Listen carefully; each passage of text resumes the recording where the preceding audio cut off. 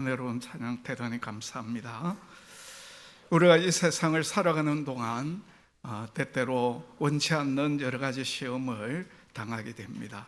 자신이나 가족이 병에 걸리기도 하고, 또 자녀가 말썽을 부리기도 하고, 또 직장에서 해고를 당하는가 하면 사업의 재정 압박을 받기도 합니다. 또 교통사고가 나기도 하고 남대없는 재난을 당하기도 합니다. 우리가 이런 시련을 당할 때에 우리 마음이 굉장히 무겁고 괴롭습니다. 오늘 본문에 보면 시련 때문에 잠깐 근심한다, 그렇게 표현을 하고 있지 않습니까? 근데 우리 성도들은 시련으로 인해서 마음이 무겁고 괴롭고 근심하면서도 그것이 이제 잠깐이고 결론은 이제 기뻐해야 한다는 거죠. 정말 역설이 않을 수가 없습니다. 자, 오늘 본문에 이제 초대교회 당시 성도들 같은 경우에 참 여러 가지 시련을 당하게 되고, 시련으로 인해 잠깐 근심을 했습니다마는 그들이 크게 기뻐했다고 말씀을 하고 있습니다. 우리 6절을 다 같이 읽도록 합니다. 시작. 너희가 이제 여러 가지 시험으로 말미암아 잠깐 근심하게 되지 않을 수 없으나 오히려 크게 기뻐하는도다. 여기 보면 시험이라고 하는 말이 나오는데, 문맥상으로 볼 때 이 시험은 유혹이 아니라 외부적인 시련을 가리키는 것입니다. 그리고 이 시험이 여러 가지라고 했으니까 시련의 종류가 한두 가지가 아니고 여러 종류라는 것을 의미하는 것입니다. 1절에서 우리가 보는 대로 이 베드로 전서 후서는 당시 흩어진 나그네들, 지금으로 하면 이제 정확하게 하면 터키 지역에 예수 믿다가 핍박으로 인해서 이제 흩어진 그런 성도들에게 이 편지를 이제 쓰고 있었는데, 이들은 아무래도 이렇게 타국으로 이렇게 옴으로 말미암아 나그네가 당하는 정말 여러 가지 시련들을 그들이 겪고 있었다는 거죠. 나그네, 외국인들, 여러분들도 잠깐 여행을 이렇게 갑니다마는 나그네 외국인들은 오랫동안 다른 나라에 이렇게 살아야 하기 때문에 언어도 낯설고 또 문화도 낯설고, 그 낯선 언어와 문화에 적응한다는 것이 보통 어려운 일이 아닌 것입니다. 그리고 외국에서 왔기 때문에 아는 사람이 없지 않습니까? 그러다 보니까 사람들도 낯설고, 또 사람들이 늘 쳐다보면서 신뢰보다는 의심의 눈초리를 하게 되는 것입니다. 그러다 보니까 정착하는 그 과정도 쉬운 일이 아닌 것입니다. 무엇보다도 예수 믿는다는 그것 때문에 당시 이 흩어진 초대 교인들이 그 흩어진 곳에서도 많은 박해를 받아야만 했다는 거죠. 그래서 초대교회 성도들도 이런 여러 가지 시련 때문에 근심하지 않을 수가 없었다는 거예요. 지난 주일에도 제가 말씀을 드렸습니다마는 예수 믿는 사람 역시 여러 가지 어려움들이 다 있다는 거죠. 초대교회 이제 당시 성도들도 특별히 예수 믿는 이것 때문에 핍박을 당하고 외국으로 흩어져 가지고 당하는 여러 가지 시련들을 겪었다는 거죠. 그리고 또 하나는 이런 시련 때문에 이제 근심했다는 것입니다. 오늘 우리가 예수 믿지만은 이 땅 위에서 여러 가지 시련을 당한다는 것, 이거는 아주 정상적인 것이고, 또 그 시련 때문에 우리가 근심하는 것도 아주 정상적인 것이라는 것입니다. 그러나 중요한 것은 무엇입니까?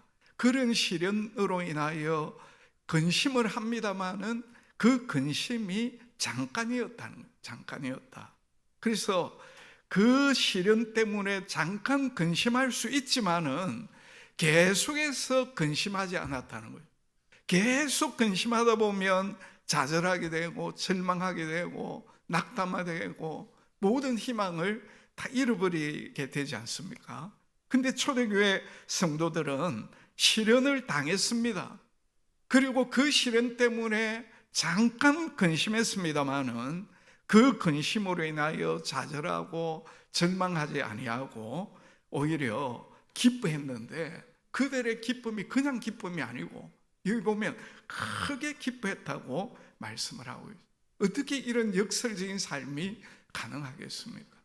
오늘 우리가 참 이런저런 여러 가지 시련들을 당할 때에 어떻게 하면 잠깐 근심하다가 끝까지 근심하지 아니하고 오히려 그 근심 가운데서 이제 기뻐하는 그런 삶을 살 수 있을까요? 그 첫 번째는 시련 속에 숨겨진 하나님의 뜻을 잘 알아야 한다는 것입니다. 따라서 합시다. 시련 속에 숨겨진 하나님의 뜻을 잘 알아야 합니다. 네. 시련 속에 하나님의 숨겨진 뜻이 있다는 것입니다. 그리고 그 뜻을 우리가 잘 알 때 어떤 시련 가운데서도 잠깐 근심을 하다가 이제 이 초대교회 성도들처럼 크게 기뻐할 수가 있는 것입니다. 오늘 우리에게 일어나는 모든 일은 절대로 우연이 없습니다. 모든 일은 하나님의 뜻과 섭리 가운데 다 이제 일어나는 것입니다. 시련도 마찬가지예요.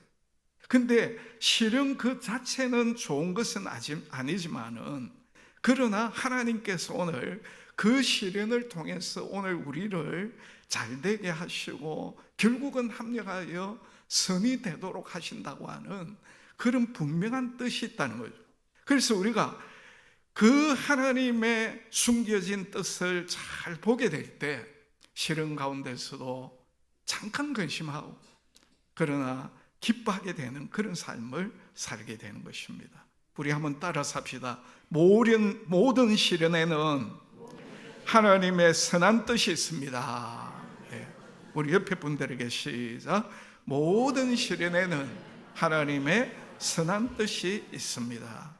우리가 이 진리를 깨달을 때 시련 가운데서 잠깐 근심하다가 그 근심에 완전히 빠지지 아니하고 좌절하지 아니하고 오히려 그 좌절을 극복하고 기뻐하게 된다는 거죠. 그러나 반대로 모든 시련에는 하나님의 선한 뜻이 있는 이 진리를 깨닫지 못하게 될 때 우리 인간이기 때문에 낙심하게 되고 좌절하게 된다는 거죠. 자, 그러면 시련 속에 숨겨진 하나님의 뜻이 무엇이겠습니까? 먼저 박해로 인한 시련에 하나님의 어떤 뜻이 있겠습니까? 여러분, 박해라고 하는 것은 믿지 않는 사람들에게는 이제 있지 않습니다. 박해는 오직 예수 믿는 자들에게만 있게 되는 거죠. 그래서 성도들은 당연히 세상으로부터 미움을 받고 박해를 받는다는 것입니다. 그런데 이런 박해를 우리가 받을 때에 우리 예수님의 말씀을 기억해야 되는, 마태복음 5장 11절 12절을 보면 나를 인하여 박해를 받을 때 복이 있다는 것입니다. 그래서 박해 받을 때 오히려 기뻐하고 즐거워하라. 왜냐하면 너희의 상이 크기 때문에. 에베소서 3장 12절 같이 읽습니다. 시작. 무릇 그리스도 예수 안에서 경건하게 살고자 하는 자는 무엇을 받으리라? 박해를 받으리라. 우리가 정말 예수 더 잘 믿기 위하면 더 많은 박해를 우리가 받는다는 이런 뜻이 있다는 것을 우리가 기억을 하고, 예수님 말씀대로 예수님 때문에 박해를 받을 때 오히려 그것이 나에게 이제 복이 된다. 그래서 하늘에서 상이 크다는 것을 우리가 기억하고 오히려 된다는 거죠. 두 번째로 징계로 인한 시련이 있습니다. 오늘 우리가 죄를 지을 때 또 영적으로 나태할 때 하나님 반드시 징계라는 채찍을 사용하죠. 우리를 사랑하시기 때문에, 부모들이 자식을 사랑하기 때문에 자식이 잘못하면 징계의 채찍을 내리는 것과 마찬가지예요.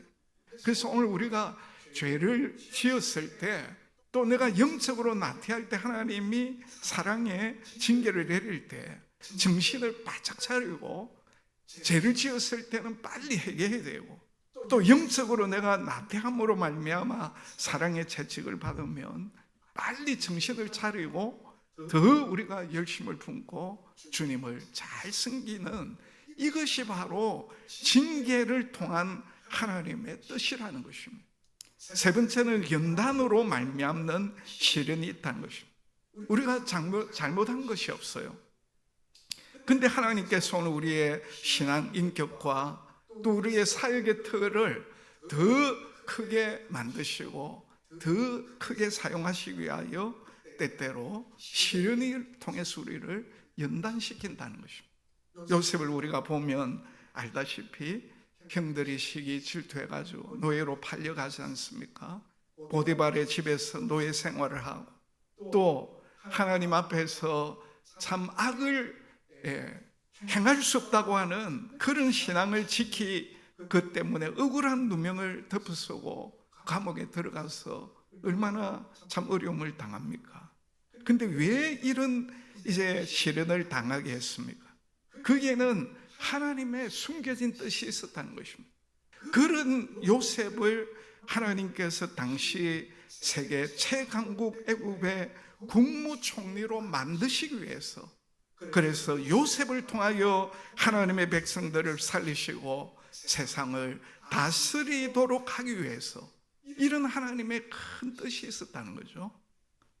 그래서 오늘 하나님께서 오늘 우리에게 이렇게 시련을 주시는 이유는, 오늘 이런 시련을 통해 우리 안에 있는 모든 영적 불순물들을 잘 제거하고 우리의 믿음이, 우리의 인격이 정말 깨끗하게 더 잘 다듬어 가지고 하나님 앞에 더 귀하게 쓰임 받도록 하기 위한 그런 뜻이 있다는 것입니다. 그래서 오늘 우리가 이 시련 속에 숨겨진 하나님의 뜻을 잘 알게 될 때, 시련 가운데서도 잠깐 근심하다가 하나님의 이런 숨겨진 뜻이 있구나, 그걸 깨닫게 되면 오히려 시련 가운데서도 우리가 기뻐하게 되는 것입니다. 두 번째로 따라서 합시다. 시련의 목적을 잘 알아야 합니다. 네, 우리 옆에 분들에게 시련의 목적을 잘 압시다. 시작. 시련의 목적을 잘 압시다. 왜 하나님이 우리에게 시련을 허용하시고 또 어떤 때는 이런 시련을 우리에게 주시는가? 그 목적이 있어요. 그 첫 번째는 더 큰 복을 우리에게 주시기 위함이라는 것입니다. 자, 룻을 보십시오. 시아버지도 죽고 또 남편도 죽고 시숙도 죽음으로 말미암는 시련을 당하죠.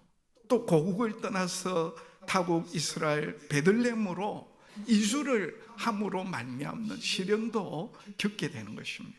그리고 너무 먹을 것이 없어가지고 이삭을 줍는 그런 어려움도 겪게 되는 것입니다. 그러나 그것으로 끝나지 않았잖아요. 그 모든 시련을 통해 가지고 이 룻이 보아스를 만나게 되고, 보아스와 결혼을 해가지고 오벳을 낳게 되고, 그 오벳이 이새를 낳고 이새가 다윗을 낳게 되고, 그래서 룻은 결국 예수 그리스도의 선조가 되는 유대인 여인에게 가장 큰 복을 이 룻이 누리게 되었다는 것입니다. 룻이 당하는 이 모든 시련의 그 목적이 바로 룻에게 하나님이 더 큰 복을 주시기 위함이었다는 것입니다. 두 번째는 우리를 더 크게 쓰시기 위함이라는 것입니다. 사도 바울의 경우에 그가 감옥에 갇힘으로 말미암아 많은 어려움을 당하지 않습니까? 근데 바울은 오히려 자기가 감옥에 갇히는 그 어려움을 통해 가지고 자기가 감옥에 안 갇히고 어려움 없는 그것보다도 더 예수 그리스도의 복음이 더 전진되도록 그렇게 이제 했음을 인하여 하나님 앞에 감사를 드리고 기뻐했다는 것입니다. 우리 빌립보서 1장 12절을 같이 읽어봅니다. 시작. 형제들아, 내가 당한 일이 도리어 복음 전파의 진전이 된 줄을 너희가 알기를 원하노라. 그래서 자기가 감옥에 갇힘으로 말미암아 어려움을 당했는데 그것을 통해 가지고 도리어 복음 전파에 더 진전이 되었다는 거예요. 하나님께서 우리가 당하는 여러 가지 시련들, 그런 것을 통해가 우리가 알지 못하는 더 크고 비밀한 일을 이루시기 위함이라는 것입니다. 그리고 오늘 우리를 더 큰 틀로 만드시기 위해서 이런 시련들을 허용하시고 또 그런 시련들을 또 이렇게 유발케 하신다는 것입니다. 좀 전에 이야기한 요셉을 보십시오. 형들에게 의해서 노예로 팔리고 감옥살이를 하는 시련을 이렇게 당하게 되었습니다만 그런 시련을 통해서 이 요셉이 얼마나 큰 인물이 되는가, 큰 틀의 사람이 되는가를 이 형들에게 요셉이 한 말을 통해서 우리가 잘 알 수가 있어요. 창세기 45장 5절 이하에 보면 그 형들에게 요셉이 이런 말을 하죠. 당신들이 나를 이곳에 팔았다고 해서 근심하지 마소서, 한탄하지 마소서. 그러면서 뭐라고 이야기합니까? 하나님이 생명을 구원하시려고 나를 당신들보다 먼저 보내셨나이다. 그리고 그 뒤에 보면 하나님이 큰 구원으로 당신들의 생명을 보존하고 당신들의 후손을 세상에 두시기 위하여 하나님이 나를 당신들보다 먼저 보내었다고. 당신들이 나를 포로로 팔았지만은 그 내면에는 하나님이 나를 보내기 위함이다. 네? 하나님이 나로 바로에게 아버지로 삼기 위해서 그 바로의 온 집의 주로 삼기 위하여 애굽의 온 땅의 통치자로 삼기 위하여 그렇게 하셨다. 여러분, 이런 요셉이야말로 얼마나 큰 인물입니까? 그 시련을 통하여 이렇게 큰 인물이 되고 더 큰 그릇이 되었다는 거예요. 그리고 우리에게 더 큰 믿음을 주기 위함이라는 것입니다. 여러분, 사도 바울이 복음을 전하다가 얼마나 많은 시련을 당했습니까? 그런데 그런 시련을 통해서 바울이 깨달았던 것이 무엇이냐? 그것은 자기 자신을 의지하지 아니하고 하나님을 의지해야 된다는 사실을 깨닫게 되었다는 거죠. 그래서 그의 그 믿음이 이렇게 정말 강해지고 크게 됨으로 말미암아 어떤 시련도 넉넉히 이기게 되는 그런 단계로 나아가게 된 거예요. 자, 우리 로마서 8장 37절 바울의 고백을 우리 같이 한번 읽어봅시다. 시작.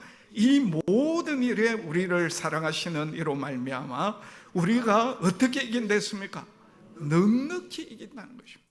우리를 사랑하시는 그 하나님을 전적으로 믿음으로 말미암아 어떤 일이 일어나도 결국은 하나님께서 우리에게 선한 결과를 이루어 주신다고 하는 그런 믿음 때문에 어떤 시련도 넉넉히 이기는 그런 믿음의 사람이 되었다는 거죠. 그리고 더 큰 능력을 주시기 위함이라는 것입니다. 우리 고린도서 12장 9절에서 10절 우리 같이 읽어봅니다. 시작. 내 은혜가 내게 족하도다. 이는 내 능력이 약한 데서 온전해짐이라 하신지라. 그러므로 도리어 크게 기뻐함으로 나의 여러 연약한 것들에 대하여 자랑하리니 이는 그리스도의 능력이 내게 머물게 하려 함이라. 아멘. 시련을 통해서 자기 자신이 얼마나 약한 것을 바울이 깨닫게 되었죠. 그래서 하나님을 더 의지하게 되었을 때 그 자신의 약한 것 때문에 자기를 의지하지 않고 하나님을 더 의지하니까 하나님께서 자기에게 더 큰 능력을 주시더라는 거예요. 그래서 자기는 더 자기의 연약함을 더 자랑한다. 자기가 연약하니까 하나님을 더 믿고 의지하고 하나님을 더 믿고 의지하니까 하나님의 능력이 나에게 머물더라. 이렇게 고백하고 있는 거예요. 그리고 여섯 번째로 더 큰 소망을 주기 위함이라는 것입니다. 여러분, 사도 바울은 복음 때문에 얼마나 많은 시련을 이제 겪었습니까? 그런 시련 가운데 그는 인내를 배웠습니다. 그리고 인내를 통해서 그의 인격과 신앙과 그 이제 크기가 더 이제 크게 형성이 되어지는 거죠. 그 결과 천국에 대한 소망이 더 분명하게 된 것입니다. 그래서 오늘 우리가 시련 가운데서 정말 예수 그리스도를 통한 천국의 소망을 우리가 더 많이 갖는 것, 이런 목적으로 오늘 우리에게 이제 하나님께서 시련을 허용하시는 거죠. 그리고 더 큰 행복을 주시기 위함이다 하는 것입니다.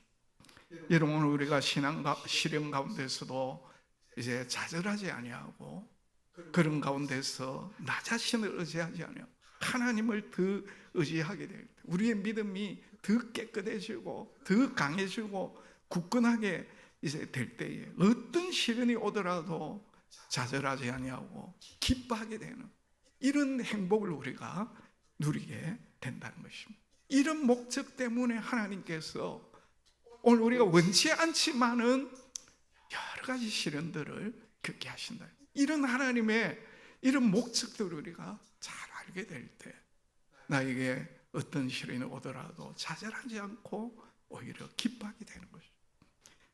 자, 오늘 본문 말씀에 보시면은 특별히 앞에서 시련의 목적 가운데 4번, 6번, 7번 이야기한 그 말씀을 우리에게 주시고 있다는 것입니다.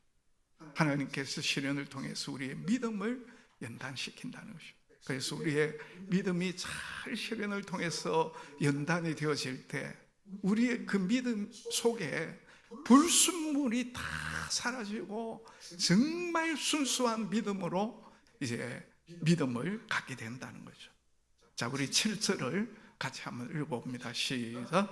너희 믿음의 확실함은 불로 연단하여도 없어질 금보다 더 귀하여 예수 그리스도께서 나타나실 때 칭찬과 영광과 존귀를 얻게 할 것이니라. 아멘입니까? 네. 여러분, 금광에서 캐낸 금은 그 속에 불순물이 많이 있어요. 그래서 용광로 속에 그 이제 캔 금광을 집어넣지 않습니까? 뜨거운 불 속에. 그러면 그 불 속에서 금강 속에 캐낸 그 금 속에 있는 모든 불순물이 다 빠져나가 가지고 결국은 굉장히 순수한 금이 되는 것입니다. 이와 마찬가지로 하나님께서 오늘 우리를 시련의 용광로 속으로 몰아넣어 가지고 우리의 믿음 속에 정말 깨끗하지 못한 불순물들을 깨끗하게 걸러낸다는 것입니다. 그래서 우리의 믿음이 정말 순수한 믿음이 될 때에 이 믿음이야말로 순금보다 더 귀한 그런 것이 되어가지고 하나님 앞에 나중에 설 때에 우리의 그 믿음을 보시고 우리 주님께서 칭찬과 상급과 존귀를 얻도록 해주시는 것입니다. 믿습니까? 네. 그래서 오늘 우리가 시련이라고 하는 것은 하나님께서 내 믿음을 정말 연단시키기 위함입니다. 내 믿음 가운데 불순물이 빠져나가도록 하기 위함입니다. 그러니까 오늘 우리가 시련을 우리가 겪을 때 이렇게 딱 캐치를 해야 됩니다. 아, 하나님이 내 믿음을 연단시켜서 더 순수한 믿음이 되도록 합니다. 그래서 우리가 시련을 겪을 때에 이제 내 믿음이 어느 정도인가를 우리가 알게 되는 것입니다. 우리도 사람인지라 시련을 당할 때에 마음속에 많은 갈등과 고뇌와 근심을 하게 되는 것입니다. 하나님께서 나를 사랑하신다고 하면 왜 나에게 이런 시련을 주실까? 하나님이 나를 잘되게 하신다고 하시면서 왜 어째서 나는 몸이 아프고 가정에 문제가 생기고 경제적으로 어렵고 또 주변에서 나를 힘들게 하는 사람들이 이렇게 많을까? 내 믿음이 자꾸 흔들리잖아요. 그러면서 내 믿음이 이것밖에 안 되구나. 그러면서 내 믿음이 이 정도 가지고 되겠느냐. 경성하게 되고 분발하게 되고, 그래서 내 믿음 속에 불순물들이 빠져나가도록 그렇게 그 시련을 통해서 오늘 우리가 이제 깨닫게 되는 거죠. 그래서 우리 자신들이 너무나도 무지하고 무능하다는 사실을 우리가 깨닫고, 바울처럼 나 자신을 의지하지 아니하고 하나님만을 의지해야 되겠다. 모든 것이 다 꼬이고 막히는 것 같지만은 하나님께서 오늘 하늘 문을 여시고 피할 길을 주신다고 하는 그런 믿음을 가지고 더 하나님을 절대 신뢰하는 그런 자리로 우리가 나아가야 되는 것입니다. 여러분, 우리 예수님께서 우리의 죄를 대속하기 위하여 십자가에서 얼마나 많은 고난을 당하십니까? 마지막에 얼마나 고통스러웠으면 나의 하나님 어찌하여 나를 버리셨나이까, 이렇게 절규하지 않았습니까? 근데 그런 절규로 끝이 나지 아니하고 그 뒤에 이어지는 말씀이 뭡니까? 그럼에도 불구하고 나의 영혼을 아버지께 맡기나이다. 우리 예수님도 그 십자가 고난 가운데서 고민을 하고 절규를 하다가도 끝까지 하나님을 전적으로 믿고 나를 하나님께 맡깁니다. 참 이런 이제 믿음을 우리에게 참 보여주신 것입니다. 오늘 우리가 시련 가운데서 참 힘들고 괴롭고 참 어렵고 근심하게 되지만은, 그러나 그런 가운데서 우리가 절대적으로 하나님을 더 신뢰하고 그리고 끝까지 인내하게 될 때 우리의 믿음이 정말 금보다도 더 귀한 깨끗한 믿음, 순수한 믿음, 그래서 하나님으로부터 참 너의 믿음이 정말 내가 볼 때 너무너무 깨끗하고 순수하고 귀하고 큰 믿음이구나, 이렇게 우리가 하나님으로부터 참 인정을 받고, 그럴 때에 어떻게 되겠습니까? 시련의 환경은 바뀌지 않더라도 시련을 겪는 오늘 우리가 변하기 때문에 어떤 시련의 환경 가운데서도 그것을 우리가 넉넉히 이기고 그리고 기뻐하고 즐거워하게 되는 것입니다. 그럴 때 하나님 앞에 우리가 서면 하나님으로부터 우리가 칭찬과 영광과 존귀를 얻게 되는 것입니다. 우리 7절 말씀 다 같이 읽고 말씀을 맺도록 하겠습니다. 시작. 예수 그리스도께서 나타나실 때에 칭찬과 영광과 존귀를 얻게 할 것이니라. 여러분 믿습니까? 네. 오늘 이 말씀대로 시련 가운데서도 우리의 믿음이 잘 연단되어서 금보다도 더 귀한 믿음 가지고, 그래서 하나님 앞에 설 때 칭찬과 영광과 존귀를 받게 되는 오늘 우리 모두